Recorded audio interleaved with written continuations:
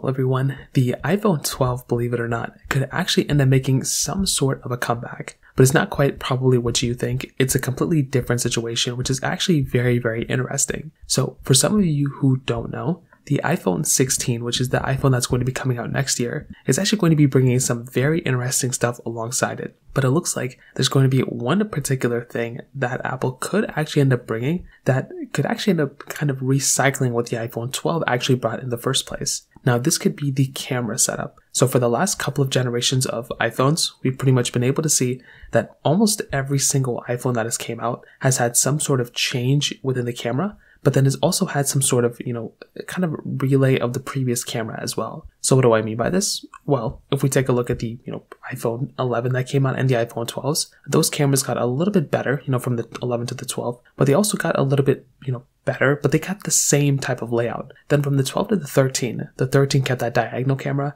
and it's pretty much been the diagonal camera for so many years now. But the thing is this is the more interesting thing. What's going to probably end up happening is that, from my perspective, for my opinion, we're probably going to be getting into a point where these particular iPhones are probably going to start shifting these cameras back to how the iPhone 12s actually brought them in the first place. Now, why would Apple go ahead and do this? What sense would this make at all? But the biggest thing that could probably end up happening here, and the reason why this makes total sense to me, is because Apple will probably go ahead and potentially, kind of differentiate the 15s and the 16s. So we've seen this time and time again. We've seen Apple do this so many times before, but basically with any of these types of iPhones, Apple will basically go through and try to make as many hardware changes as possible. They want these iPhones to look different than the previous generation, and because of that, there's not really too many things Apple can do besides changing the layout of these cameras. So I am pretty sure what Apple's going to end up doing, and I've already seen some leaks and rumors about this already. Apple is probably going to go through, and they're probably going to go ahead and try to differentiate these iPhones